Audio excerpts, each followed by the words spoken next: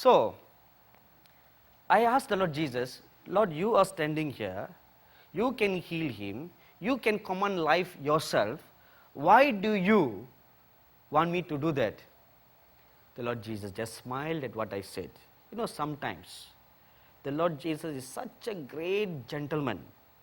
He never uses the word, oh, you foolish fools, but he just smiles. That gentle smile that says all this.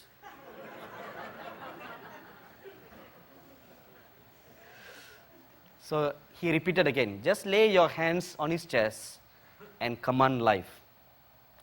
So I laid my hands on his chest and I said, in Jesus' name, live.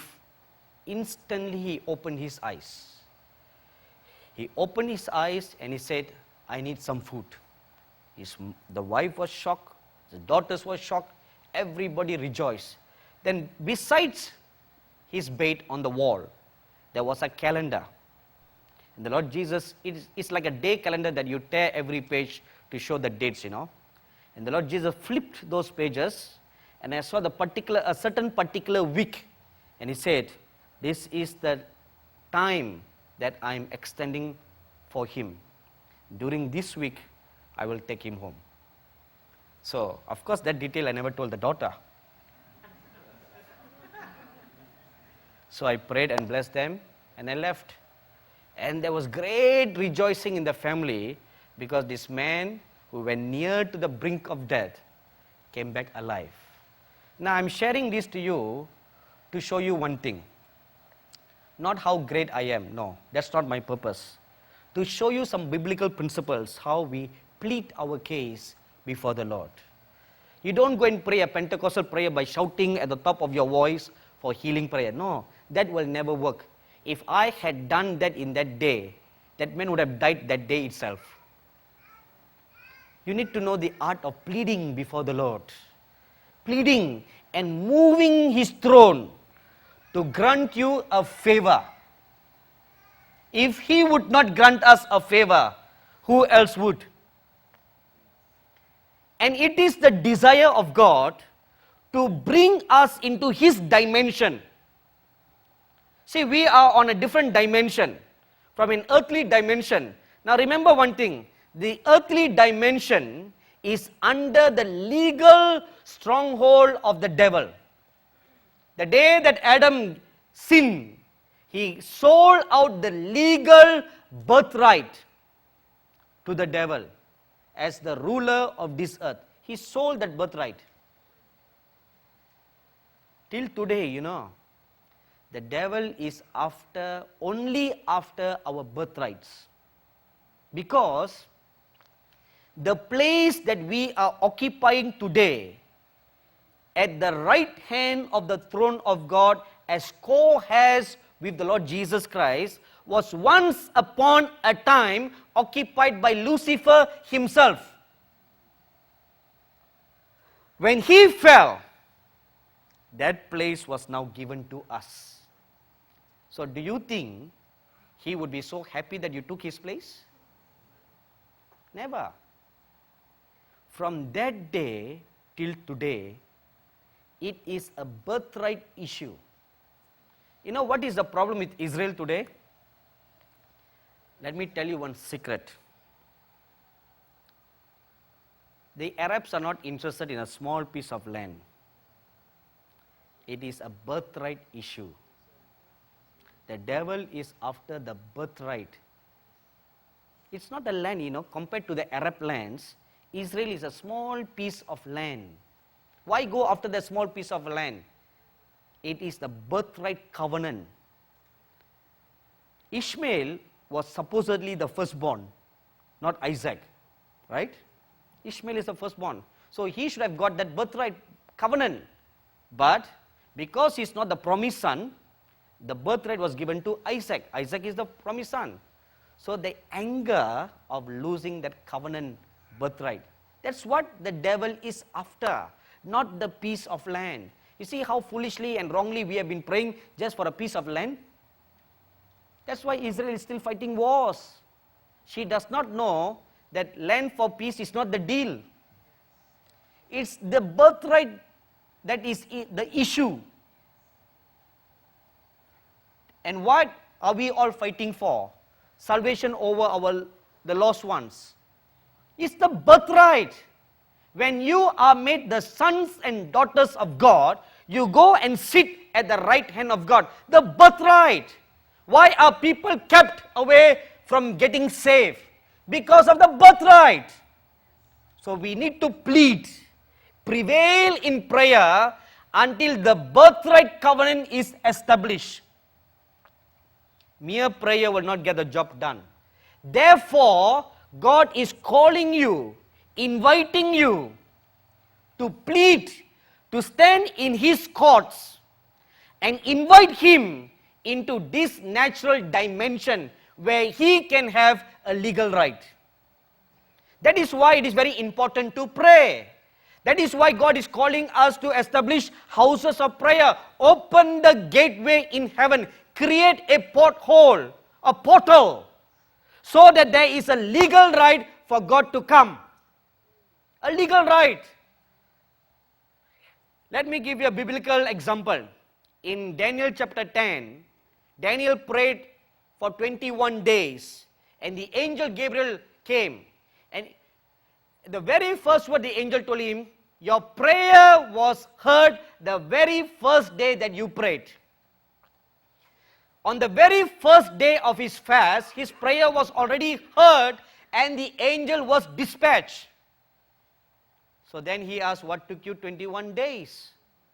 As he was coming in the mid-heavens, controlled by the evil entity, they did not allow him access. They said, this is our property. No trespassers allowed. There was a sign. See, what gave that prince of Persia the legal right to wrestle with Gabriel? Because they owned it. So Daniel had to prevail in prayer, prevail in prayer, prevail in prayer. Now I am inadvertently getting into another secret right now, which I am actually reserving for Lancaster.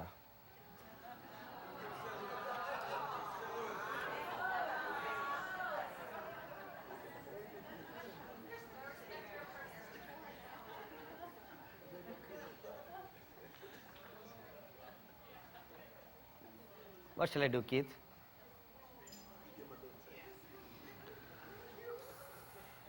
Why? Prayer is important. If you don't prevail in prayer, you will never get the desired results. If Daniel did not continue in prevailing in prayer for 21 days, the gateway in the heaven would have never been created for the angel to pass through. Now, Michael coming down and fighting with the prince of Persia is another story. Today we confuse everything together and say, see, this is the problem, we are not understanding the spiritual dimension of prayer. This is part of the other much incense. Now that is another ball of a secret that we will not get into right now, because it is an entirely a different study. He prevailed in prayer, prevailed in prayer, prevailed in prayer. Let me give you a proof for that. In Genesis chapter 15, you will read where God told Abraham that his seed will be slaves in Egypt for 400 years. In Genesis 15:16, until the iniquity of the Amorites reaches its fullness. And the same thing you'll read in Revelation 18 verse 5, that the sins of Babylon have reached up to the throne of God, which means there is a progressive stage of increase until it reaches its zenith. In the same way, prevailing prayer will cause the incense to rise up, rise up, rise up. It must keep on rising until it reaches the throne of God. If you just pray once, it may just reach this roof. Prevailing prayer must break through that heavenly realm, that it creates a gateway for God to hear you. Now I'm just summarizing all this in one word, which is an injustice that I'm doing. That is why he need to pray and pray and pray until a pothole was created. This is a mystery in prayer. Why, if we don't pray, nothing takes place? Prayer is a multi-dimension thing. That not only you are involved, there are so many other, the other much incense is needed. If that other much incense is not included, your prayer is not complete. That much incense is very, very important. Our brother Neville Johnson touched very briefly on that subject when he said, there is only one church, the church of the firstborn. What is the church of the firstborn? We are thinking we are the firstborn. There is another church. The church of the firstborn and the church on this earth must become one. He touched very briefly, he didn't even share in detail. Maybe he will do that in Lancaster.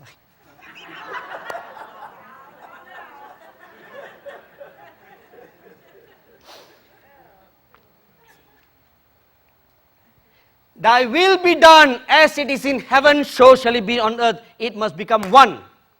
You see, I'm giving you two biblical proofs now. The much incense is in the spiritual dimension, must be mixed together with the prayers of the incense that rises up from the natural dimension. It must be mixed together. If the two is not mixed together, your prayer will not be answered. And if this dimension does not pray, that dimension is effectiveless. They are doing their work, but we need the will of God in heaven must also be established on the earth so that they become one will. One will. Our brother Neville Johnson also shared yesterday, and our brother Keith Davis was also, they all touched briefly. I'm sure, pretty sure they all are in agreement with my spirit of reserving all these secrets for Lancaster. That in the last days, the angels of God will come and work very closely with the ministries and the church. The two must become one church. Now they are separated in two realms. The church of the firstborn, the cloud of witnesses in the heavenly realm. You see, you and I are also witnesses. But we are not the cloud of witnesses. You know, the word cloud in the Hebrew words, in the Greek word says glory. When Moses and Elijah appeared before the Lord Jesus Christ on the Mount of Transfiguration, the Bible says they appeared in glory. The word glory is the same Greek word used for cloud of witnesses. Cloud, glory. In Matthew 17, the word glory and the word cloud are the same words used. So that cloud of witnesses must work together with us. But if you shut yourself to that cloud of witnesses, you are going to lose the battle. This is our problem, you know. Why with all the modern technologies that we have today, we are hardly touching the world. With no modern technology that the Apostle Paul had, he was able to touch his then known world. You know why? The secret is found in Ephesians chapter 1 and chapter 3. He says that you might know what is the length, the breadth, the depth, and the height of the love of God. The four dimensions of God: length, breadth, depth, and height. And there is another dimension, a fifth dimension. sixth dimension, seventh dimension, many dimensions. In the Word, only 4 dimensions have been revealed to us. There are many dimensions. The Father God Himself exists in another dimension all by Himself. The Lord Jesus Christ exists in another dimension all by Himself. So if you total up, there are limitless dimensions. And where do we fit in? The basis of the dimension. Because we have allowed ourselves to be corrupted. The length, the breadth, the depth and the height of the love of God. Knowing that 4 dimension, He was able to walk in that realm. Because He walked in the realm, in partnership, working together with the angels. See, look at how many times the angels came to minister to Him and to give Him directions, and He walked in that realm. Look at the Lord Jesus Christ Himself. He walked in that realm. Every day He spent hours in prayer to listen to what the Father would tell Him. And angels came to minister to Him, give Him directions, and the saints, the cloud of witnesses, appeared to Him. Right? We are not talking about my experience, your experience. We are talking about the Lord Jesus Christ, our Redeemer and our Savior's experience. If you throw away all these charismatic preachers' experiences into the waste paper basket, how can you throw away the Lord Jesus Christ's experience? Can you? You cannot. There is no argument against Matthew chapter 17. Clearly written there. The Lord Jesus Christ knew something that the modern charismatic Christianity does not know at all. Working together with the church of the firstborn.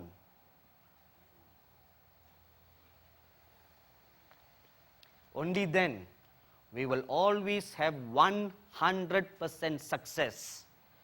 Because heaven knows many things that we do not know anything at all. When Peter and all his brothers were fishing the whole night and they caught nothing, the Lord Jesus appeared and He said, "Go, launch out into the deep." As they were launching into the deep, they came to a certain place and the Lord said, "Stop here." So it's not just launching into the deep, you must also know where in the deep. There was a certain place in the deep. They came, the Lord said, "Now stop here." And He did not say, "Cast your nets." Please observe. He said, "Cast your nets on the right side." Why didn't He say, "Just cast your nets"? They wouldn't have known whether on the right or on the left. When they cast their nets on the right side, they caught whole net load of fishes. Whereas the previous night, they were fishing the whole day, whole night, and their efforts were fruitless. When you work together with the realm of the Spirit, with the cloud of witnesses, and with the angelic realm, you will always reap 100% success. This is the key element in my life. That is why we spend hours in prayer seeking to know what exactly the Master tells to do. The angels, they come, they give you exactly one particular day. 3 years ago, I was in Tibet. One night I was praying at 3 o'clock in the morning. And an angelic being appeared before me. And he said, "Today, God has appointed this particular man to get saved. Share the gospel to him today." So we shared the gospel to him. A monk, a Tibetan Buddhist monk. Within 1.5 hours, he was on his knees, accepting the Lord Jesus Christ as his Savior. I clearly paid very much attention after that to the words that the angelic being said. Today, he is appointed to be saved. So God has a timetable, right? If I wasn't praying that morning and sleeping and snoring, I would have missed working together with the cloud of witnesses. That monk would not have got saved. And last year, I would not have baptized him in the water. And he would not have been filled in the Holy Spirit, speaking with unknown tongues, and called into the ministry. All this would have never happened. See, it's not good enough just to take back load of tracts and just mass distribute to every person. Maybe it will yield, maybe it will not yield. But when I obeyed what heaven told me that day, that salvation of that one soul is 100% success. Amen? It's 100% success. It's not 30-fold, it's not 60-fold. This is what we need to understand. We are called and invited by God into that realm